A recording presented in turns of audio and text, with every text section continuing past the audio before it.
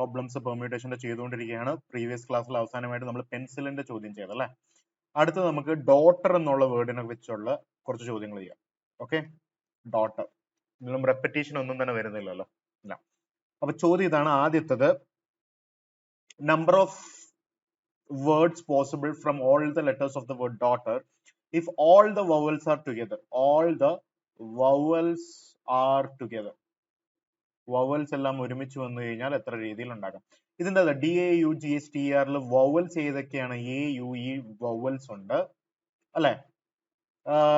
പിന്നെ കോൺസണൻസ് ആയിട്ട് നമുക്കുള്ളത് ഏതൊക്കെയാണ്? DGHTR. ഇതാണ് നമുക്ക് കോൺസണൻസ് ആയിട്ടുള്ളത്.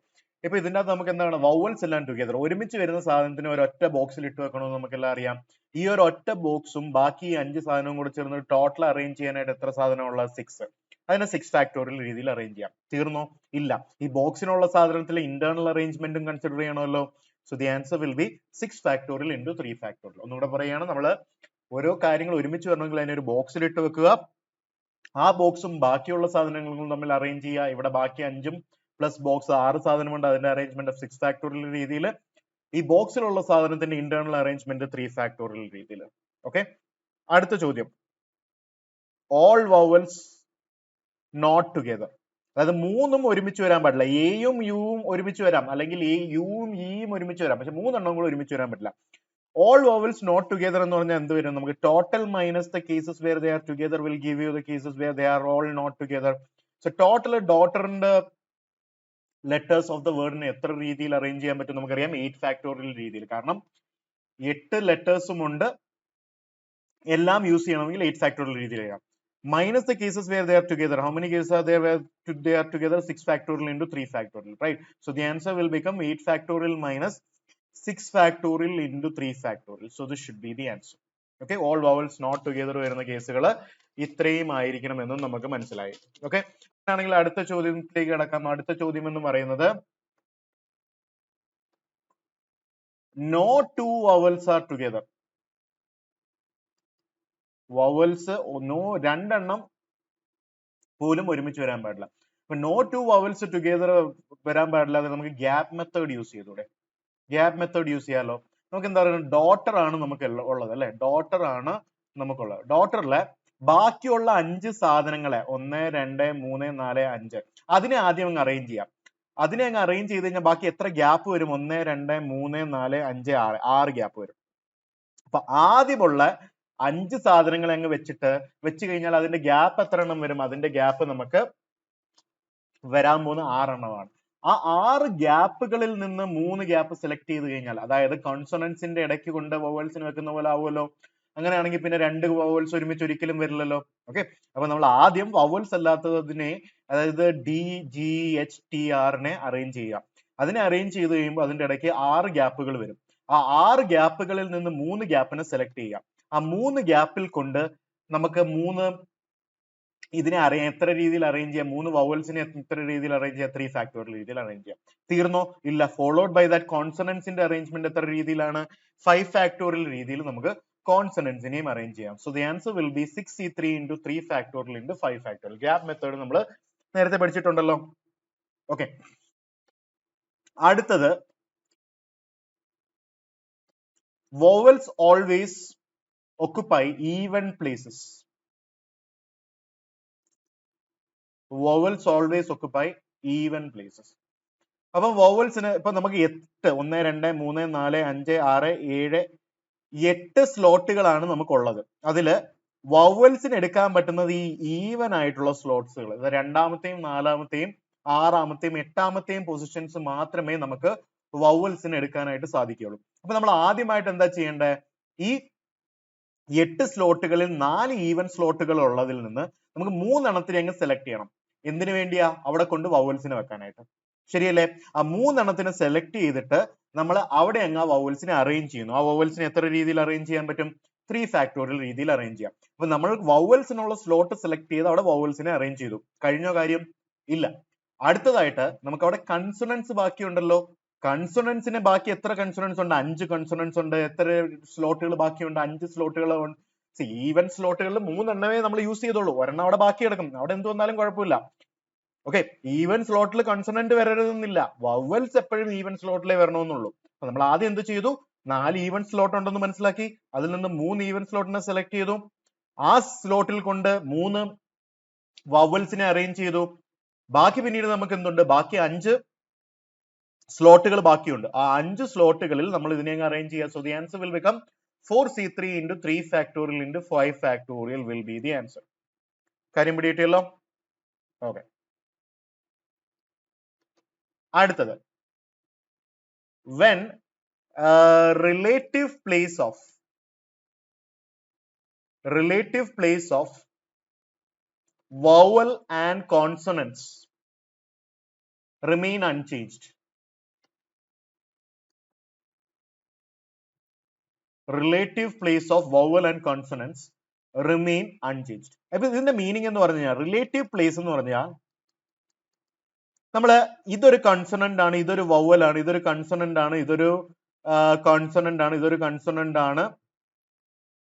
ഓ, ഇവിടെ ഒരു ഒന്നും കൂടെ ഞാൻ എഴുതാവേ.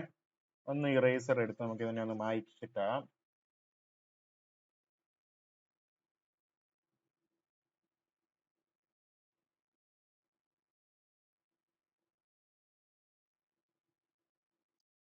എടുത്തു കഴിഞ്ഞാൽ ഇതെന്താണ്, ഇത് കോൺസണന്റ് ആണ്, ഇത് വവൽ ആണ്, ഇത് വവൽ ആണ്, ഇത് കൺസണന്റ് ആണ്, കൺസണന്റ് ആണ്, കൺസണന്റ് ആണ്, വവൽ ആണ്, കൺസണന്റ് ആണ് അല്ലെ. ഇത് റിലേറ്റീവ്, അതായത് രണ്ടാമത്തെയും മൂന്നാമത്തെയും പൊസിഷനിൽ വവ്വൽ തന്നെ വേണം, അതോടൊപ്പം തന്നെ ഈ 7ാമത്തെ പൊസിഷനിലും വവ്വൽ തന്നെ വേണം. വവ്വലുകൾ ഇരിക്കുന്ന സ്ഥാനത്ത് വവ്വലുകൾ മാത്രമേ വരാവൂ, കോൺസണൻസ് ഇരിക്കുന്ന സ്ഥലത്ത് കോൺസണൻസ് മാത്രമേ വരാവൂ. ഇങ്ങനത്തെ രീതിയിൽ എത്ര വേർഡുകൾ ഉണ്ടാക്കാമെന്നാണ് നമ്മൾ നോക്കുന്നത്. അപ്പൊ നമ്മൾ എന്താ ചെയ്യുന്നത്, ഈ വവ്വലുകളെ അറേഞ്ച് ചെയ്യാൻ എത്ര സ്ലോട്ടേ ഉള്ളൂ, 3 സ്ലോട്ടേ ഉള്ളൂ. 3 സ്ലോട്ടുകളിൽ വവ്വലുകളെ എത്ര രീതിയിൽ അറേഞ്ച് ചെയ്യാം, 3 ഫാക്ടോറിയൽ രീതിയിൽ അറേഞ്ച് ചെയ്യാം. ഫോളോഡ് ബൈ ദാറ്റ് കൺസണൻസിനെ അറേഞ്ച് ചെയ്യാൻ എത്ര സ്ലോട്ടുകൾ ഉണ്ട്, 5 സ്ലോട്ടുകളേ ഉള്ളൂ. കൺസണന്റ് ഇരിക്കുന്നിടത്ത് കൺസണന്റ് മാത്രമേ വരാൻ പാടുള്ളൂ. അപ്പൊ അതിനെ എത്ര രീതിയിൽ അറേഞ്ച് ചെയ്യാം, 5 ഫാക്ടോറിയൽ രീതിയിൽ. So the final answer will become 3 factorial into 5 factorial. This should be the final answer for it. Okay, കാര്യം മനസ്സിലായല്ലോ. അങ്ങനെയാണെങ്കിൽ നമുക്ക് അടുത്ത ടൈപ്പ് ഓഫ് ചോദ്യത്തിലേക്ക് കിടക്കാം. അടുത്ത ടൈപ്പ് ഓഫ് ചോദ്യം എന്ന് പറയുന്നത് girl and boy problem. Okay, girl and boy problem. Girl and boy problem എന്ന് പറഞ്ഞു കഴിഞ്ഞാൽ നിങ്ങൾ കൂട്ടുകാരികളും കൂട്ടുകാരന്മാരുമായിട്ടൊക്കെ വഴക്കുണ്ടാക്കുന്ന പ്രോബ്ലം അല്ല നമ്മൾ ഉദ്ദേശിക്കുന്നത്. നമ്മൾ ഉദ്ദേശിക്കുന്നത് ബോയ്സിനെയും ഗേൾസിനെയും ക്ലാസ്സിലൊക്കെ എങ്ങനെ ഇരുത്താം എന്നുള്ള രീതിയിലുള്ള ചോദ്യങ്ങളാണ് നമ്മൾ ഇവിടെ ചെയ്യാൻ പോകുന്നത്. ഓക്കെ, അപ്പൊ നമുക്ക് ചോദ്യത്തിലേക്ക് കടക്കാം. ആദ്യത്തെ ചോദ്യം, 5 boys and 5 girls can be seated in how many ways? Can be seated in how many ways? ആദ്യത്തെ condition, when no 2 girls want to sit together. 2 ഗേൾസിന് ഒരുമിച്ചിരിക്കാൻ ഇഷ്ടമില്ല. ഓക്കെ, അങ്ങനെയാണെങ്കിൽ അങ്ങനത്തെ കേസിൽ നമുക്ക് വരണമെങ്കിൽ എന്താ ചെയ്യുന്നത്, ബോയ്സിന് ഒരുമിച്ച് വരാം, പക്ഷെ 2 ഗേൾസ് ഒരുമിച്ച് വരാൻ പറ്റില്ല. അപ്പൊ നമ്മൾ ആദ്യം എന്താ ചെയ്യുന്നത്, ബോയ്സിനെ അങ്ങ് അറേഞ്ച് ചെയ്യാം. B1 B2 B3 B4 B5 ഇങ്ങനെ അറേഞ്ച് ചെയ്ത് കഴിഞ്ഞാൽ ബോയ്സിന്റെ ഇടയ്ക്ക് എത്ര ഗ്യാപ്പ് വന്നു, 5 ബോയ്സിനെ അറേഞ്ച് ചെയ്യുമ്പോൾ 6 ഗ്യാപ്പ് വരുമല്ലോ, വരും. അതിൽ നിന്ന് നമുക്ക് എന്താ ചെയ്യേണ്ടത്, ഈ 6 ഗ്യാപ്പുകളിൽ നിന്ന് ആദ്യം 5 ഗ്യാപ്പുകളെ അങ്ങ് സെലക്ട് ചെയ്യാം. സെലക്ട് ചെയ്യുന്ന എന്തിനാ, അവിടെ കൊണ്ട് ഗേൾസിനെ വെച്ച് കഴിഞ്ഞാൽ ബോയ്സിന്റെ ഇടയ്ക്കുള്ള ഗ്യാപ്പിൽ ഗേൾസിനെ വെച്ച് കഴിഞ്ഞാൽ ഗേൾസ് 2 പേരും ഒരുമിച്ച് വരുമോ, വരില്ല. അപ്പൊ നമുക്ക് ബോയ്സിനെ ആദ്യം അറേഞ്ച് ചെയ്തു, അവരുടെ ഇടയ്ക്ക് 6 ഗ്യാപ്പ് വന്നു, ആ 6 ഗ്യാപ്പിൽ നിന്ന് 5 ഗ്യാപ്പ് സെലക്ട് ചെയ്തു, ആ 5 ഗ്യാപ്പിൽ കൊണ്ട് നമ്മൾ ഗേൾസിനെ അറേഞ്ച് ചെയ്തു. കാര്യം പിടികിട്ടിയല്ലോ. ഫോളോഡ് ബൈ ദാറ്റ് ബാക്കി എന്താ ഉള്ളത്, ഈ ബോയ്സിന്റെ ഇന്റേണൽ അറേഞ്ച്മെന്റ് ഉണ്ടല്ലോ, ബോയ്സിനെ എത്ര രീതിയിൽ ഇന്റേണലി അറേഞ്ച് ചെയ്യാം, 5 ഫാക്ടോറിയൽ രീതിയിൽ നമുക്ക് ഇന്റേണലി അറേഞ്ച് ചെയ്യാം. So the answer will become 6c5 into 5 factorial into 5 factorial. കാര്യം പിടികിട്ടിയോ. ആദ്യം നമ്മൾ എന്താ ചെയ്ത, ഗ്യാപ്പുകൾ കണ്ടുപിടിച്ചു, ആ ഗ്യാപ്പിൽ കൊണ്ട് ഗേൾസിനെ വെച്ചു. പിന്നെ ആ ഗ്യാപ്പിൽ ഗേൾസിനെ എത്ര രീതിയിൽ അറേഞ്ച് ചെയ്യാം, ഗേൾസിനെ അറേഞ്ച് ചെയ്യുന്നത് അറേഞ്ചിങ് ഗേൾസ് 5 ഫാക്ടോറിയൽ രീതിയിൽ. പിന്നെ ഈ ബോയ്സിനെ എത്ര രീതിയിൽ അറേഞ്ച് ചെയ്യാം, ബോയ്സിന്റെ അറേഞ്ച്മെന്റ് 5 ഫാക്ടോറിയൽ രീതിയിൽ. ഓക്കെ, കാര്യം പിടികിട്ടിയല്ലോ. അപ്പൊ ഇതിന്റെ അടുത്ത പാർട്ടിലേക്ക് കിടക്കാം. ചോദ്യം ഇതാണ്, when boys and girls want to sit alternately. Alternately meaning എന്ന് പറഞ്ഞാൽ സി നമ്മൾ നേരത്തെ പറഞ്ഞത് ഗേൾസിന് ഒരുമിച്ചിരിക്കേണ്ടതാണ്. അന്നേരത്തെ ആ ഒരു കേസിൽ B1 B2ഉം girl 1 girl 2 boy 3 girl 3 boy 4 girl 4 boy 5 girl 5 ഈ ഒരു അറേഞ്ച്മെന്റ് പോസിബിൾ ആണ് പ്രീവിയസ് കേസിൽ. കാര്യം മനസ്സിലായോ? രണ്ട് ബോയ്സിന് ഒരുമിച്ച് വരാം when girls do not want to sit together. പക്ഷെ ഇവിടുത്തെ കേസ് എന്താണ്? Boys and girls want to sit alternately. അതായത് boy 1 girl 1 boy 2 girl 2 boy 3 girl 3 boy 4 girl 4 boy 5 girl 5. ഇതൊരു പോസിബിലിറ്റി ആണ്. Girls and boys alternate.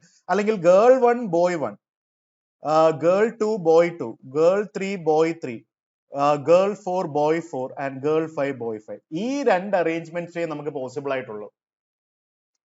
കാര്യം പിടികിട്ടിയോ? ഇവിടുത്തെ കാര്യം എന്താണെന്ന് ഗേൾസിനും ബോയ്സിനും arrange.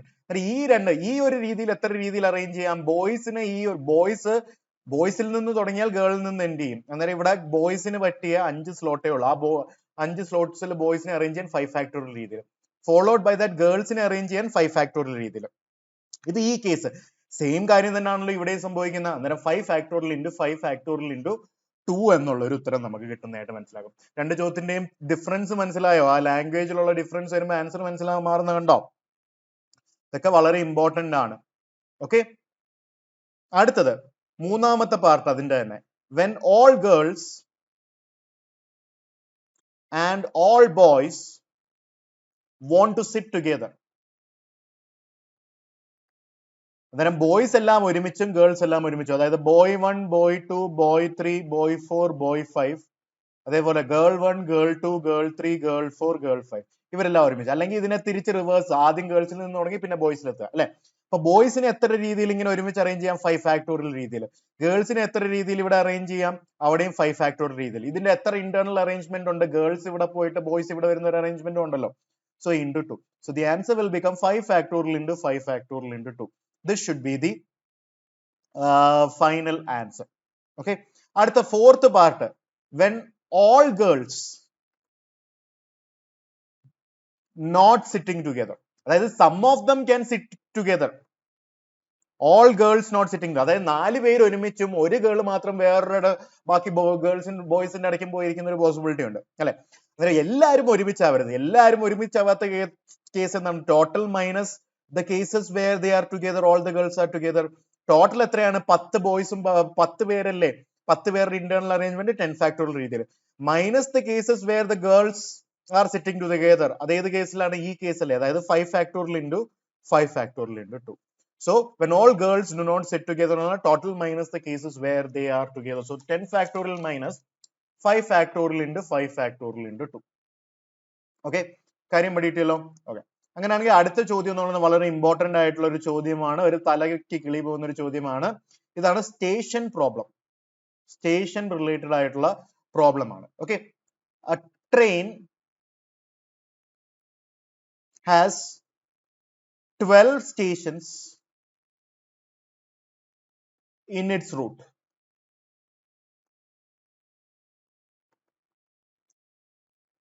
If it stops only at 4 of these stations, 4 of these stations, find the number of ways it can be stopped. Find the number of ways it can be stopped when no 2 stations are consecutive. Okay, അപ്പോൾ ഒരു train നിർത്താനായിട്ട് station 1, station 2, station 3, station 4, station 5, station 6, station 7, 8, 9, 10, 11, 12 ഇങ്ങനെ 12 station ഉണ്ട് train ഇങ്ങനെ ഓടിപ്പോകുന്നത്. നമുക്കറിയാലോ, ഇപ്പൊ കൊല്ലത്ത് നിന്ന് കോട്ടയത്തോട്ട് പോവുകയാണെങ്കിൽ കൊല്ലം കഴിഞ്ഞു കഴിഞ്ഞാൽ പിന്നെ പെരിനാടുണ്ട്, ശാസ്താംകോട്ടയുണ്ട്, കരുനാഗപ്പള്ളി ഉണ്ട്, കായംകുളം ഉണ്ട്, അങ്ങനെയാണ് ട്രെയിനിന്റെ പോകുന്നത്. പക്ഷെ മിക്കവാറും ഉള്ള ട്രെയിൻ കൊല്ലത്ത് നിന്ന് എടുത്തു കഴിഞ്ഞാൽ ഈ ഇടയ്ക്കുള്ളിടത്തൊന്നും നിർത്താതെ കായംകുളത്തെ പിന്നെ നിർത്തത്തുള്ളൂ. കായംകുളം കഴിഞ്ഞ് കഴിഞ്ഞാൽ പിന്നെ മാവേലിക്കരയെ നിർത്തത്തുള്ളൂ. അങ്ങനെ പോകും. എന്നിട്ട് എല്ലാ സ്റ്റേഷനിലും കൺസിക്യൂട്ടീവ് ആയിട്ടുള്ള സ്റ്റേഷനുകളിൽ നിർത്തത്തില്ല. അപ്പൊ അതേ രീതിയിൽ തന്നെ ഈ ട്രെയിൻ പോകുന്ന റൂട്ടിലും 12 സ്റ്റേഷനുകളുണ്ട്. പക്ഷെ അതിൻ്റെ അകത്ത് 4 അടുത്ത് മാത്രമേ നിർത്തത്തുള്ളൂ. അപ്പൊ ഇതിന്റെ അകത്ത് ഈ ട്രെയിൻ എത്ര രീതിയിൽ ആ 4 സ്റ്റേഷൻസിനെ സെലക്ട് ചെയ്യാം, so that 4 of them are not together. അതായത് S1 എടുത്തു കഴിഞ്ഞാൽ പിന്നെ S2 എടുക്കാൻ പറ്റില്ല, S3 എടുക്കാം, പിന്നെ S6 വേണമെങ്കിൽ എടുക്കാം, S10 എടുക്കാം. ഇപ്പൊ ഈ ട്രെയിൻ S7, 8, 9, 10 നിർത്തണമെന്ന് പറഞ്ഞു കഴിഞ്ഞാൽ അത് പോസിബിൾ അല്ല. അപ്പൊ ഇങ്ങനത്തെ കേസിൽ എത്ര രീതിയിൽ നമുക്ക് ചെയ്യാൻ പറ്റും? ഇതൊരു വളരെ ഇൻട്രസ്റ്റിംഗ് ആയിട്ടുള്ള ഒരു രീതിയിലാണ് നമ്മൾ ചെയ്യുന്നത്. ഓക്കെ, ഇപ്പൊ നമ്മൾക്ക് ഈ സ്റ്റേഷനുകളെല്ലാം ടോട്ടൽ 12 സ്റ്റേഷൻ ഉണ്ട് അല്ലെ. ആ 12 സ്റ്റേഷനിൽ നിന്ന് 4 സ്റ്റേഷനെ വെക്കണം. എവിടെ വെക്കണം? കൺസിക്യൂട്ടീവ് അല്ലാത്ത രീതിയിൽ. അത് എങ്ങനെയാ ചെയ്യുന്നത്? ഈ 4 സ്റ്റേഷനുകളെ നമ്മൾ ഈ 12 സ്റ്റേഷനുകളിൽ നിന്ന് പുറത്തോട്ട് എടുക്കാം. അങ്ങനെ എടുത്തു കഴിഞ്ഞാൽ ബാക്കി എത്ര സ്റ്റേഷൻ ഉണ്ട്? 9 സ്റ്റേഷൻ ഉണ്ടല്ലോ ബാക്കി. ഇത് വളരെ ഇൻട്രസ്റ്റിംഗ് ആയിട്ടുള്ള, വളരെ ഡിഫറെന്റ് ആയിട്ടുള്ള രീതിയിൽ ചെയ്യുന്ന ഒരു ചോദ്യമാണ്. അപ്പൊ ടോട്ടല് 12 സ്റ്റേഷൻ ഉള്ളതിൽ നിന്ന് നമ്മള് ഈ 9 സ്റ്റേഷനുകളെ അവിടെ അങ്ങ് വെക്കുക. എന്താണ് കാരണം? നിർത്താനുള്ള 4 സ്റ്റേഷനുകളെ പുറത്തെടുക്കുന്നതായിട്ട് അസ്യൂം ചെയ്യാം. പുറത്തെടുത്തല്ലോ. അപ്പൊ എന്നിട്ട് നമ്മൾ എന്താ ചെയ്യുന്നത്? ഈ ബാക്കി 9 സ്റ്റേഷനുകളെ അങ്ങ് അറേഞ്ച് ചെയ്യാം. ഓക്കെ, ഈ ബാക്കി 9 സ്റ്റേഷനുകളെ വെച്ച് കഴിഞ്ഞാൽ അതിന്റെ ഇടയ്ക്ക് എത്ര ഗ്യാപ്പുകൾ വന്നു? ആ സ്റ്റേഷനിൽ നിന്ന് തുടങ്ങുന്നത് ഇവിടെ അറ്റത്തുള്ള ഗ്യാപ്പ് പാടില്ല. 1, 2, 3, 4, 5, 6, 7, 8, 9 ഗ്യാപ്പുകൾ വന്നു അല്ലെ.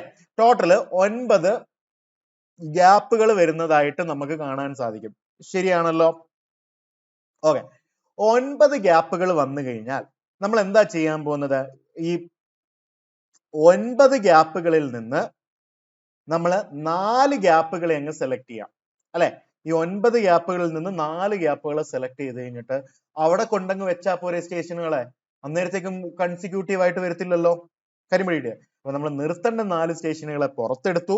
ബാക്കി 9 സ്റ്റേഷനുകൾ അവിടെ ഉണ്ട്. അതിന്റെ ഇടയ്ക്ക് എത്ര ഗ്യാപ്പ് ഉണ്ട്? 9 ഗ്യാപ്പുകൾ ഉണ്ടെന്ന് നമുക്ക് മനസ്സിലായി. ശരിയല്ലേ? 9 ഗ്യാപ്പുകൾ ഉണ്ടെന്ന് മനസ്സിലായി.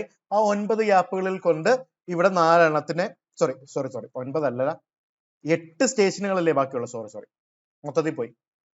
ഒന്നും കൂടെ തിരിച്ചു വരുവാണ് ചോദ്യത്തിലേക്ക്. ചോദ്യം 12 ആണ്. അതിൽ നിന്ന് 4 എടുത്തു കഴിഞ്ഞാൽ ബാക്കി എത്ര? 8 സ്റ്റേഷനേ ഉള്ളൂ. 8 സ്റ്റേഷൻ എടുത്തു കഴിഞ്ഞാൽ ബാക്കി എത്ര ഗ്യാപ്പുകൾ ഉണ്ട്? 9 ഗ്യാപ്പുകൾ ഉണ്ട് അല്ലെ. ആ 9 ഗ്യാപ്പുകളിൽ 4 എണ്ണത്തിനെ സെലക്ട് ചെയ്തുകൊണ്ടെങ്കിൽ വെക്കാമല്ലോ. ഓക്കെ, അപ്പൊ ഞാൻ ഒന്നും കൂടെ എക്സ്പ്ലെയിൻ ചെയ്യാണ് കാര്യം എന്താണെന്ന്. First we have to remove the 4 stations. Then 8 stations are left. And it leads to 9 gaps between these 8 stations അല്ലെ. നമുക്കറിയാം 8 കാര്യം. ഇപ്പം സ്റ്റേഷൻ 1, സ്റ്റേഷൻ 2, സ്റ്റേഷൻ 3 ആണെങ്കിൽ ഇതിന്റെ ഇടയ്ക്ക് 1, 2, 3, 4 ഗ്യാപ്പുകൾ വരും. അപ്പൊ 3 കാര്യം വെച്ച് കഴിഞ്ഞാൽ 4 ഗ്യാപ്പ് വരും. 8 കാര്യം വെച്ച് കഴിഞ്ഞാൽ 9 ഗ്യാപ്പ് വരും. അപ്പൊ ആ 8 സ്റ്റേഷന്റെ ഇടയ്ക്ക് 9 ഗ്യാപ്സ് ഉണ്ട്. We place the 4 required stations in these 9 gaps. Then no 2 will be consecutive അല്ലെ. അപ്പൊ 9 ഗ്യാപ്പ് ഉണ്ട്. അതിന്റെ അകത്ത് 4 ഗ്യാപ്പ് എടുത്ത് അവിടെ കൊണ്ടങ്ങ് വെക്കുക. So the answer will be 9C4. കാര്യം പിടികിട്ടിയോ? The final answer will be 9C4. വളരെ ഇൻട്രസ്റ്റിംഗ് ആയിട്ടുള്ള ഒരു ചോദ്യമാണ്. ഒന്നും കൂടെ ഒന്ന് ചിന്തിച്ചു നോക്കുക. അന്നേരം കാര്യം കുറച്ചും കൂടെ നന്നായിട്ട് പിടികിട്ടും. ഓക്കെ, അങ്ങനെയാണെങ്കിൽ അടുത്ത ചോദ്യത്തിലേക്ക് കിടക്കാം. A cricket team consists of 11 players from A to K. പ്ലേയേഴ്സിന്റെ പേര് ABCD up to K ആണ്. They are to be sent for batting.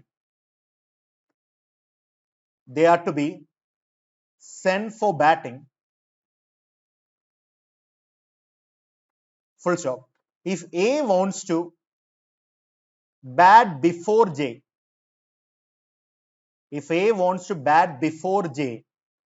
and J wants to bat after G,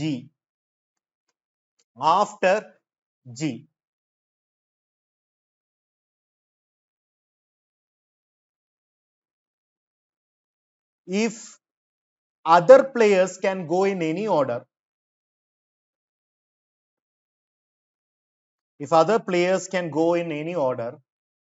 find the number of batting orders possible.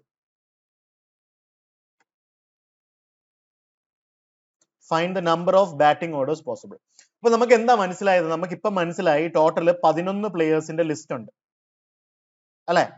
1 2 3 4 5 6 7 8 9 ശരിയാണ് 11 പ്ലേയേഴ്സിന്റെ list ഉണ്ട് അല്ലെ?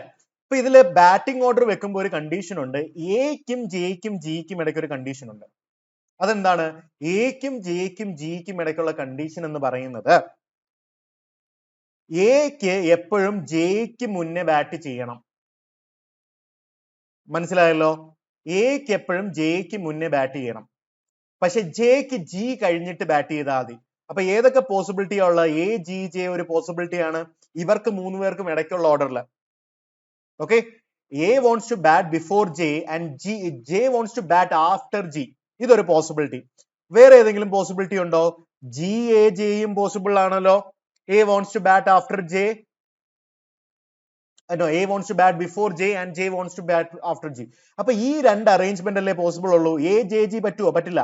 A wants to bat before പറ്റും, പക്ഷെ J batting after G പറ്റില്ല. അപ്പൊ ഈ case പറ്റില്ല. അപ്പൊ ഈ 3 പ്ലേയേഴ്സിനും ഇടയ്ക്ക് ഈ രണ്ട് അറേഞ്ച്മെന്റേ പാടുള്ളൂ ഓർഡറിൽ. എ ജിക്ക് മുന്നേയും G A wants to bat before J, അത് സാറ്റിസ്ഫൈഡ് ആണ്, and J wants to bat after G. ഈ രണ്ട് അറേഞ്ച്മെന്റ്. ഓക്കെ, അപ്പൊ നമുക്ക് 11 സ്ലോട്ട്സ് ഉള്ളതിൽ നിന്ന് നമ്മൾ ആദ്യം എന്താ സെലക്ട് ചെയ്യേണ്ടത്? 3 സ്ലോട്ട്സ് അങ്ങ് സെലക്ട് ചെയ്യാം. എന്തിനു വേണ്ടിയാ? ഇവരെ അറേഞ്ച് ചെയ്യാൻ. അവരെ എത്ര രീതിയിൽ അവിടെ അറേഞ്ച് ചെയ്യാൻ പറ്റും? ഒരു അറേഞ്ച്മെന്റ് പോസിബിൾ ഇത്, അടുത്ത അറേഞ്ച്മെന്റ് പോസിബിൾ ഇത്.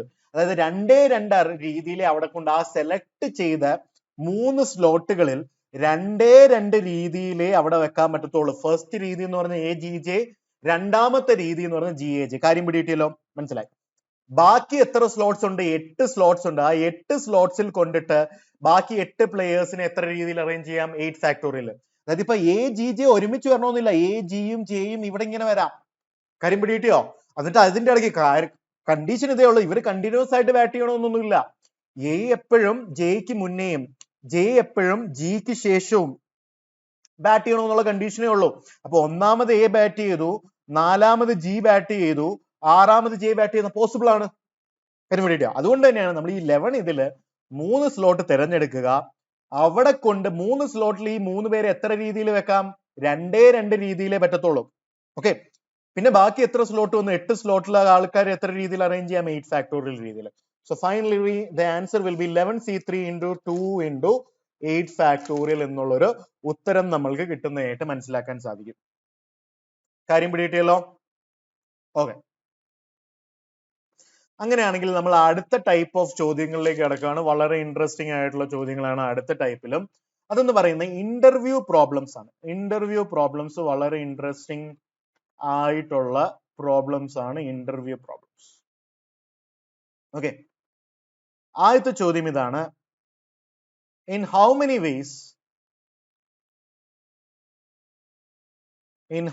ways an interview of 10 people can be made if Ram is interviewed before Shyam? If Ram is interviewed before Shyam. Okay, അപ്പൊ ഇങ്ങനത്തെ രീതിയിൽ എന്ത് ചെയ്യാം? അപ്പൊ നമുക്ക് 10 പേരാണുള്ളത്. 10 ഇന്റർവ്യൂ സ്ലോട്ട്സ് ഉണ്ട്. 1 2 3 4 5 6 7 8 9 10 അല്ലെ? ഈ 10 സ്ലോട്ടില് റാമിനെയും ശ്യാമിനെയും വെക്കണം. എങ്ങനെ? Ram should be interviewed before Shyam, അങ്ങനത്തെ രീതിയിൽ. അപ്പം ഈ 10 പേര് സ്ലോട്ടുകളിൽ ആദ്യം നമ്മൾ എന്താ ചെയ്യേണ്ടത്? 2 സ്ലോട്ട് സെലക്ട് ചെയ്യണം. ഫോർ എക്സാമ്പിൾ ഈ സ്ലോട്ടും സെലക്ട് ചെയ്തെങ്കിൽ അവിടെ കൊണ്ട് റാമിനെയും ശ്യാമിനെയും എത്ര രീതിയിൽ വെക്കാം? ഒരൊറ്റ രീതിയിലേ വെക്കാൻ പറ്റൂ. കാര്യം എന്താ? വരുന്നതിൽ ആദ്യം സെലക്ടഡ് ആയിട്ടുള്ള സ്ഥലത്ത് റാം ആയിരിക്കണം, രണ്ടാമത് ശ്യാം ആയിരിക്കണം. ഓക്കെ, കാര്യം പിടിയിട്ടല്ലോ? സോ ആദ്യം നമ്മൾ ചെയ്തത് ഈ 10 സ്ലോട്ടിൽ 2 സ്ലോട്ട് സെലക്ട് ചെയ്തു. അവിടെ കൊണ്ട് റാമിനെയും ശ്യാമിനെയും ഒരൊറ്റ രീതിയിൽ വെക്കാം. ബാക്കി എത്ര സ്ലോട്ട്സ് ഉണ്ട്? ബാക്കി 8 സ്ലോട്ട്സ് ഉണ്ട്. എത്ര ഇന്റർവ്യൂവേഴ്സ് ഉണ്ട്? 8 ഇന്റർവ്യൂസ് ഉണ്ട്. ഇന്റർവ്യൂ അറ്റൻഡൻസ് ഉണ്ട്. കാൻഡിഡേറ്റ്സ് 8 പേരുണ്ട്. അവരെ എത്ര രീതിയിൽ അറേഞ്ച് ചെയ്യാം? 8 ഫാക്ടോറിയൽ രീതിയിൽ അറേഞ്ച് ചെയ്യാം. So the answer will be 10C2 into 8 factorial എന്നുള്ളൊരു ഉത്തരം അവിടെ കിട്ടും. കാര്യം പിടിയിട്ടിയല്ലോ. 10c2 into 8 ഫാക്ടോറിയൽ ആണ് നമ്മുടെ ശരി ഉത്തരം എന്ന് പറയുന്നത്. ഓക്കെ, അങ്ങനെയാണെങ്കിൽ രണ്ടാമത്തെ ചോദ്യം, Ram interviewed before Shyam and Shyam before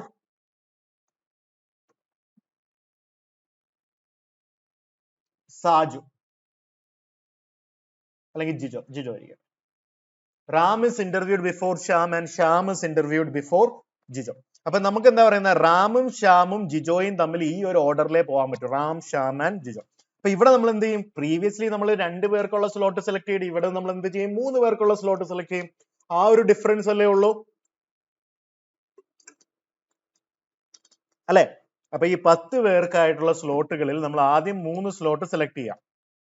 അവിടെ കൊണ്ട് ഈ 3 പേരെയും എത്ര രീതിയിൽ വെക്കാം, ഒരൊറ്റ രീതിയിലേ വെക്കാൻ പറ്റും. ഈ 10 പേരിൽ 3 സ്ലോട്ട് സെലക്ട് ചെയ്ത് കഴിഞ്ഞാൽ ആദ്യത്തെ സ്ലോട്ട് റാമിന് കൊടുക്കണം,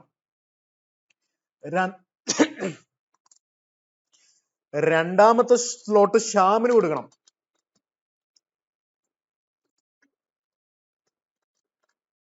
മൂന്നാമത്തെ സ്ലോട്ട് ജിജോയ്ക്ക് കൊടുക്കണം. ഓക്കെ, അപ്പൊ അവരെ എല്ലാം ഒറ്റ രീതിയിൽ അറേഞ്ച് ചെയ്യാൻ പറ്റും. ബാക്കി എത്ര സ്ലോട്ട് ഉണ്ട്, 7 സ്ലോട്ട്. 7 സ്ലോട്ടിൽ ഇവർ എത്ര രീതിയിൽ അറേഞ്ച് ചെയ്യാം, 7 ഫാക്ടോറിയൽ രീതിയിൽ അറേഞ്ച് ചെയ്യാം. So the answer will become 10c3 into 1 into 7 factorial. Okay, കാര്യം പിടിയിട്ടില്ലോ. അങ്ങനെയാണെങ്കിൽ നമുക്ക് ഇതിന്റെ മൂന്നാമത്തെ പാർട്ടായിട്ടുള്ള ചോദ്യത്തിലേക്ക് കടക്കാം. Ram before Shyam and Jijo. Ram before Shyam and Jijo എന്ന് പറഞ്ഞാൽ റാം കഴിഞ്ഞിട്ട് ശ്യാമും ജിജോയും ആകാം, അല്ലെങ്കിൽ റാം കഴിഞ്ഞിട്ട് ജിജോയും ശ്യാമും ആയി. ഈ 2 പോസിബിലിറ്റി ഉണ്ട്. കാരണം കറക്റ്റ് ഓർഡർ അല്ല, ഒറ്റ കണ്ടീഷനേ ഉള്ളൂ, ശ്യാമിനും ജിജോയ്ക്കും മുന്നേ റാം വന്നിരിക്കണം. ഇതാണ്, അതായത് 2 കണ്ടീഷൻ ഉണ്ട്, RSGയും RJSും. അപ്പൊ നമ്മൾ ഇവിടെ നേരത്തെ പോലെ എന്താ ചെയ്യുന്നത്, ആദ്യം 3 സ്ലോട്ട് സെലക്ട് ചെയ്യാം. അവിടെ കൊണ്ട് ആ 3 സ്ലോട്ട് സെലക്ട് ചെയ്തതില് ഇവരെ എത്ര രീതിയിൽ അറേഞ്ച് ചെയ്യാം, 2 രീതിയിൽ അറേഞ്ച് ചെയ്യാം, ഒന്നെങ്കിൽ ഈ രീതിയിൽ അല്ലെങ്കിൽ ഈ രീതിയിൽ. അപ്പം ഈ 3 പേരുടെ അറേഞ്ച്മെന്റ് കഴിഞ്ഞു.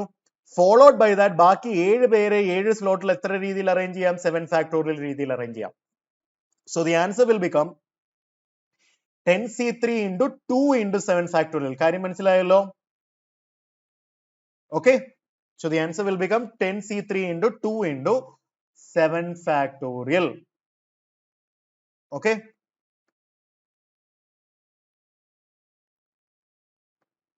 ഓക്കെ. അടുത്ത ചോദ്യം എന്ന് പറയുന്നത്, order of interviews among 6 people.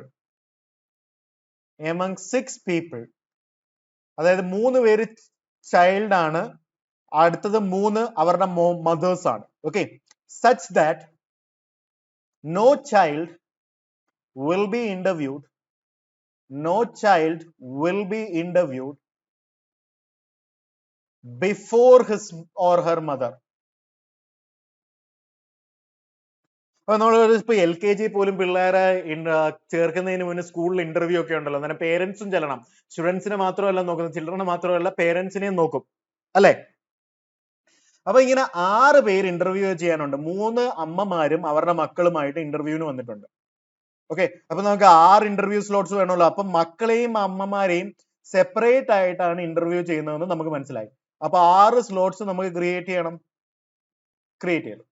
ഇനി എന്താണ്, 3 അമ്മമാരും ഉണ്ട്, 3 കിഡ്സും ഉണ്ട്, അല്ലെ? അപ്പൊ അവിടെ കൊണ്ട് നമ്മൾ എന്താണ് ചെയ്യുന്നത്, 3 അമ്മമാരും ഉണ്ട്, 3 കിഡ്സും ഉണ്ട്.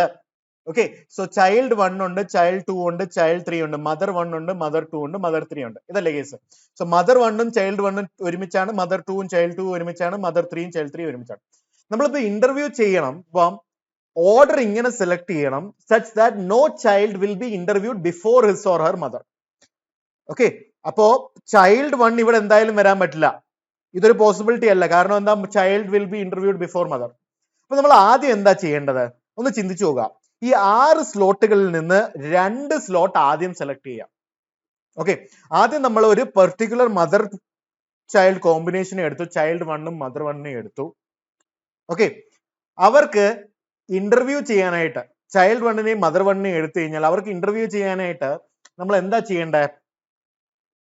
2 സ്ലോട്ട് സെലക്ട് ചെയ്യാം. ആ 2 സ്ലോട്ടിൽ ആ ഒരു പെർട്ടിക്കുലർ ചൈൽഡിനെയും മദറിനെയും എത്ര രീതിയിൽ അറേഞ്ച് ചെയ്യാം? ഒരൊറ്റ രീതിയിൽ അറേഞ്ച് ചെയ്യാവോ? അതേതാ രീതി?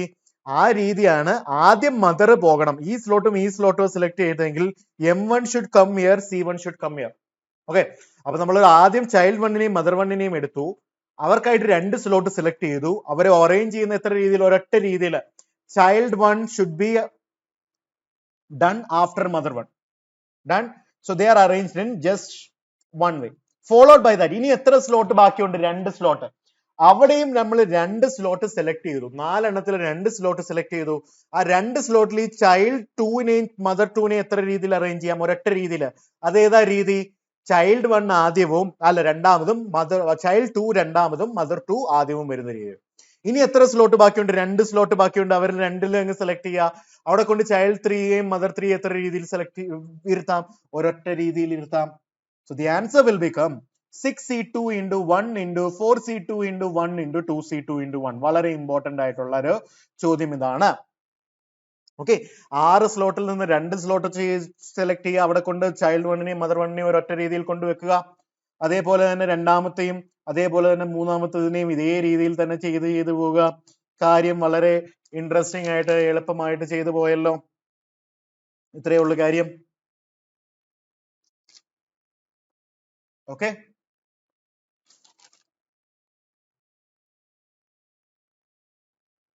ഓക്കെ, അങ്ങനെയാണെങ്കിൽ നമുക്ക് അടുത്തൊരു ചോദ്യത്തിലേക്ക് കിടക്കാം. അടുത്ത ചോദ്യം ഇതാണ്.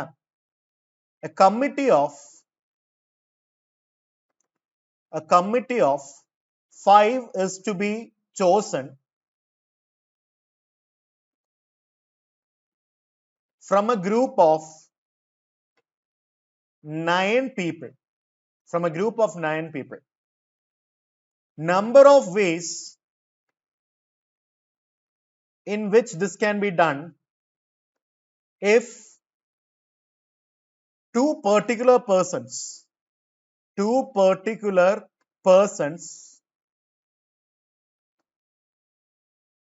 either